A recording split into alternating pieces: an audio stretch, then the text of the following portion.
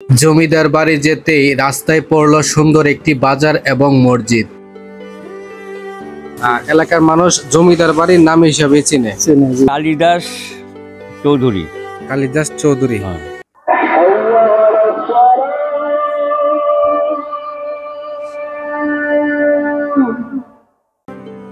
এই এলাকার স্থানীয় মানুষের কাছে শুনেছি এই গ্রামে নাকি একটি জমিদার বাড়ি রয়েছে।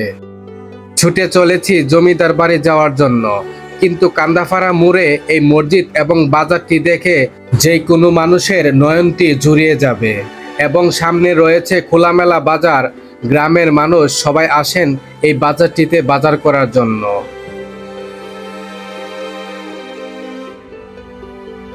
সিরাজগঞ্জ যমুনা সেতুর একটু অদূরে রয়েছে কড্ডার মোড়। এই কড্ডার মোড় থেকে আপনি যে কোনো একটি অটো নিয়ে চলে আসতে পারবেন কালিদাস চৌধুরীর জমিদার বাড়িতে।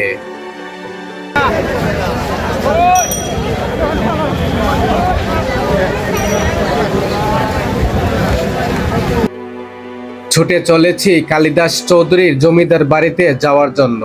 এসেছিলাম সিরাজগঞ্জ চরের ভিডিও আপনাদের ঘুরে ঘুরে দেখানোর জন্য, কিন্তু এসে এমন একটি জমিদারের কথা শুনে জমিদার বাড়িতে না গিয়ে পারলাম না।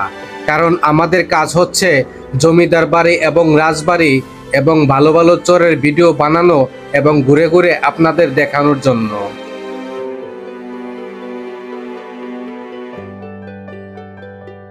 কোনো একটি সময় কালিদাস চৌধুরীর এই বাড়িটি ছিল, কিন্তু কোনো একটি সময় উনি এই বাড়িটি বিক্রি করে দিয়েছিলেন অন্য আরেকজনের কাছে। যার কাছে এই বাড়িটি বিক্রি করে দিয়েছিলেন উনার বংশধর থাকে বর্তমানে এই বাড়িতে। পুরনো জমিদারের কিছু কাজ রয়েছে এই বাড়িতে এবং নতুন কিছু কাজ হয়েছে। এই বাড়ির বংশধরেরা এই কাজগুলো করেছেন। আমাদের বাংলাদেশে রাজার বাড়ি এবং জমিদার বাড়িতে গেলে মনটি খারাপ হয়ে যায়, কিন্তু এই জমিদার বাড়িতে এসে আমার মনটি তো খারাপ হয়নি, মনটি আরো ভালো হয়ে গেছে। পুরনো জমিদারের কাজগুলো তো রয়েছে এই বাড়িতে এবং নতুন করে আরো কাজ করেছেন এই বংশধরেরা। আসসালামু আলাইকুম। ওয়ালাইকুম আসসালাম। ভালো আছেন? আলহামদুলিল্লাহ আছি। আপনার নাম কি? আমার নাম মোহাম্মদ সুলতান শেখ। সুলতান শেখ। জি। আচ্ছা, এই জমিদার বাড়ির জমিদারের নাম কি? জমিদারের নাম তো আমরা অনেকগুলোই শুনছি, এখন আসল যে হেডের নাম তো জানি না। নাম শুনছি করুণাকান্ত, তারপরে করুণাকান্ত। জি। তারপরে বিমলা শঙ্কর। বিমলা শঙ্কর। জি। তারপরে আরো অন্যান্য নাম আছে নাকি? গং আছে। এলাকার মানুষ জমিদার বাড়ির নাম হিসাবে চিনে। অনেকে জানে না যে বাড়ির নাম কি।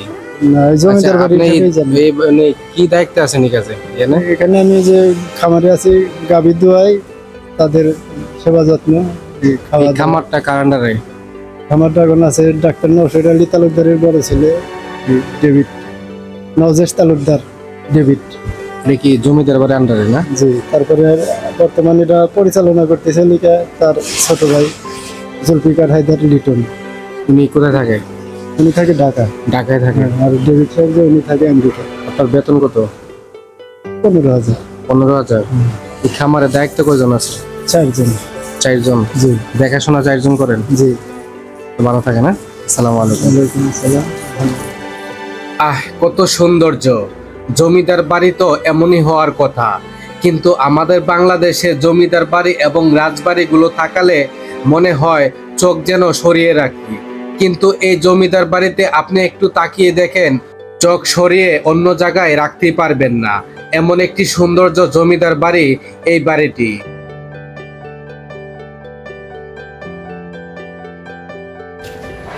ইতিহাস কে জানে? কি আসে বিষয়? বাড়ির বংশধর কি আছে?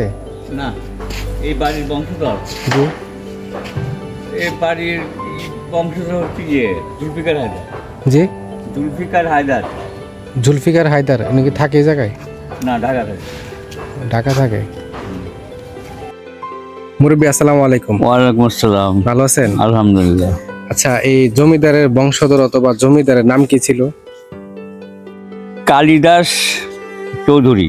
কালিদাস চৌধুরী। হ্যাঁ। ওনাদের বংশধর আছে? না, এখানে কেউ নেই। উনি এটা হ্যান্ড ওভার বিক্রি করে দিয়ে চলে গেছেন। বিক্রি করে চলে গেছে? হ্যাঁ। আচ্ছা, বিক্রি করছে কে কিনছে? মরহুম ডাক্তার নওশাদ আলী তালুকদার। আচ্ছা, ওনার ইতিহাস সম্বন্ধে আপনি কিছু জানেন? উনি একজন সুনামধন্য এবং নামকরা ডাক্তার ছিলেন। ডাক্তার ছিলেন? হ্যাঁ। এবং সত্যিকারই মানে উনি একজন সেবক ছিলেন। ডাক্তার অর্থ সেবক যাকে বলে। বর্তমানে তো অনেক ডাক্তার আছে মানুষের। না, এটা তো কসাই, মানে কসাই এরা তো বলে। বর্তমানে তো এরা কসাই। এরা আগে যে ডাক্তারগুলো ছিল, এরা ডাক্তারি করে তো এবং নিজের পকেটের পয়সা দিয়ে ওষুধ কিনে দিত। হ্যাঁ, আগের যারা ছিল আর কি। হ্যাঁ, গরিব মানুষের এইভাবে উনি চিকিৎসা করে গেছে। ওনার ইতিহাস সম্বন্ধে আর কিছু জানেন আপনি? উনি ক্যালকাটা থেকে কি মানে কি লেখাপড়া করছেন, তারপরে ওখান থেকে এসে উনি লন্ডনে গেছিলেন ডিগ্রি। লন্ডনে ডিগ্রি করার জন্য গেছেন। ওনার ছয় সন্তান উনি রেখে মারা গেছেন। 6 সন্তান এবং 5 কন্যা, 5টা মেয়ে রেখে। 6টা ছেলে 5টা মেয়ে। আচ্ছা, ওনারা কি বাংলাদেশে থাকে? উনিদের বাংলাদেশে এখন বর্তমানে একজন থাকে, সেটার নাম জুলফিকার হায়দার। কিছুক্ষণ আগে আপনি বলছিলেন ঢাকা থাকে। জুলফিকার হায়দার তালুকদার, উনি ওনার কোম্পানি আছে royal gas utilisation services private limited. আর আমি একজন এই কাজের একটা লোক আছে, ওনার কাছ থেকে শুনছি যে উনি এই ফার্মের মালিক নাকি। উনি চালান এই পরিচালনা, উনি সম্পূর্ণ। সিরাজগঞ্জ, এটা সিরাজগঞ্জের বাসা, সিরাজগঞ্জের ব্যবসা সব উনি ঢাকা শহর। সামনে যে একটা মসজিদ আছে, মসজিদটা কি ওনার? মসজিদটা উনি করছেন। জুলফিকার হায়দার? হ্যাঁ, জুলফিকার হায়দার। যাক, মাশাআল্লাহ। আপনি কি নামাজ পড়তে জানেন জায়গায়? হ্যাঁ, ওখানে আমি যখন নামাজ পড়ি।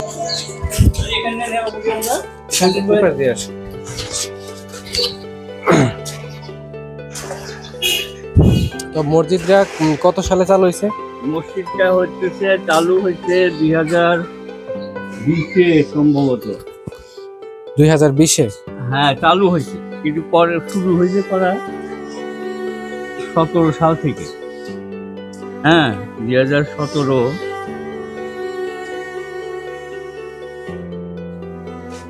মাধ্যম সাহেব,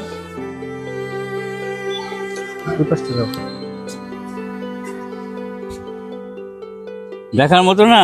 জি, অনেক সুন্দর জিনিসটা দেখেন আপনি। অনেক সুন্দর। মানে এই শীত আসতেছে, ফুলের বাগান, এখানটা সব ফুল থাকবে, চতুর্দিক দিয়ে ফুল থাকবে, ফুল লাগানো থাকবে। হ্যাঁ, মনে হবে যে একটা ইয়ের মধ্যে থেকে, পানির মধ্যে থেকে উঠে আসছে আর কি। এরকম যে জমিদার বাড়ির মানে আগের বংশধর অথবা পরে যে কিনছে তার বংশধর, এরকম করে সুন্দর করে একটা মসজিদ করা, এরকম করে একটা রাস্তা করা, ঠিক আছে, এরকম শত শত বিঘার জায়গা থাকা, মানে তো মহৎ কিছু, মহান কিছু, বিশাল কিছু। আর তার চেয়ে বড় কথা হচ্ছে যে আপনি এই মসজিদের প্রথম থেকে শুরু থেকে আপনি কাজটা করতেছেন। হ্যাঁ, শুরু থেকে আমি। এলাকার মানুষ জানে যে আপনি কাজটা করছেন, ঠিক আছে। যেমন আজকে ধরেন যে প্রজন্ম আছে 10 বছর পরে তারা থাকবে না। আজকে আবার যারা ছোট আছে, ছোট মানুষগুলো বড় হবে, কোনো সময় যদি এই ভিডিওটা দেখে সারা জীবন মনে রাখবে যে আমি আঙ্কেলের ভিডিও দেখছিলাম, আমি দাদুর ভিডিও দেখছিলাম, দেখে আমি ইতিহাসটা জানতে পারছিলাম। এই কথাটা কিন্তু সারা জীবন মনে রাখবে মানুষ। এই মসজিদের সম্বন্ধে আপনি কিছু বলবেন? আর মসজিদ সম্পর্কে আর কি,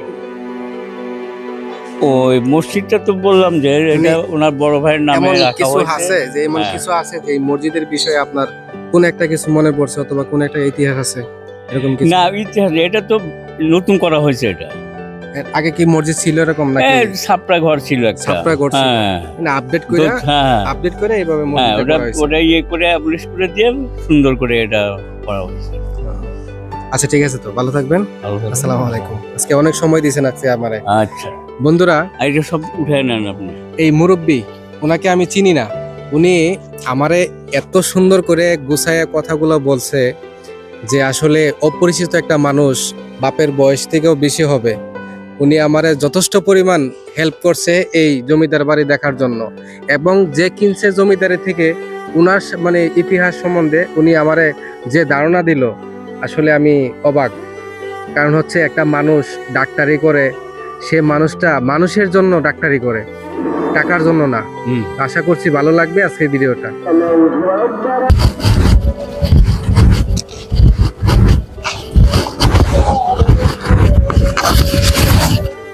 এত সুন্দর একটা মহৎ কাজ করছে বন্ধুরা, বাস্তবে না দেখলে কখনো বোঝা যায় না। এই যে পুকুরটা দেখতেছেন এবং মসজিদটা দেখতেছেন, এই যে কিছুক্ষণ আগে যে কাকা কথা বলল যে উনি শত শত বিঘা জায়গা আছে বর্তমানে ওনার নামে, এবং কি রাস্তাঘাটটা ওনার, এবং এই মসজিদটা দেখেন কত সুন্দর ভিউ, কত সুন্দর একটা ভিউ লাগতেছে দর্শক বন্ধুরা, আপনাদের বলে বোঝাতে পারবো না। আমার কাছে অনেক সুন্দর লাগতেছে। দেখি পাশটা ঘুরে ঘুরে,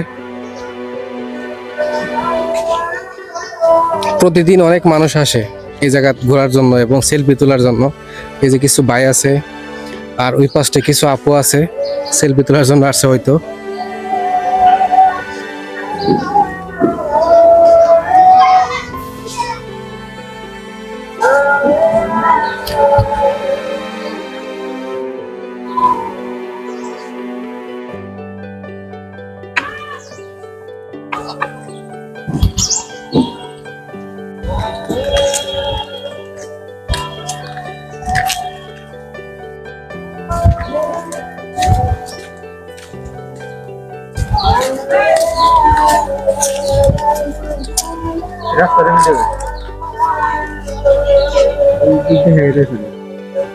রাস্তা দিয়ে এদিকে এই ছবি তোলার জন্য এখানে ওই জন হয়েছে ছবি তুলতে বহু লোক আছে।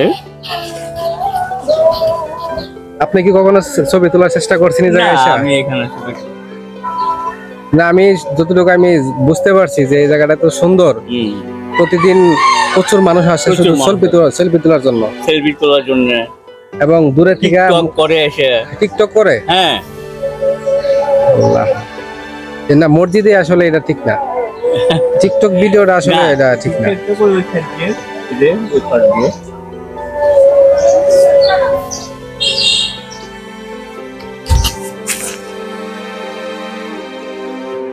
আসেন,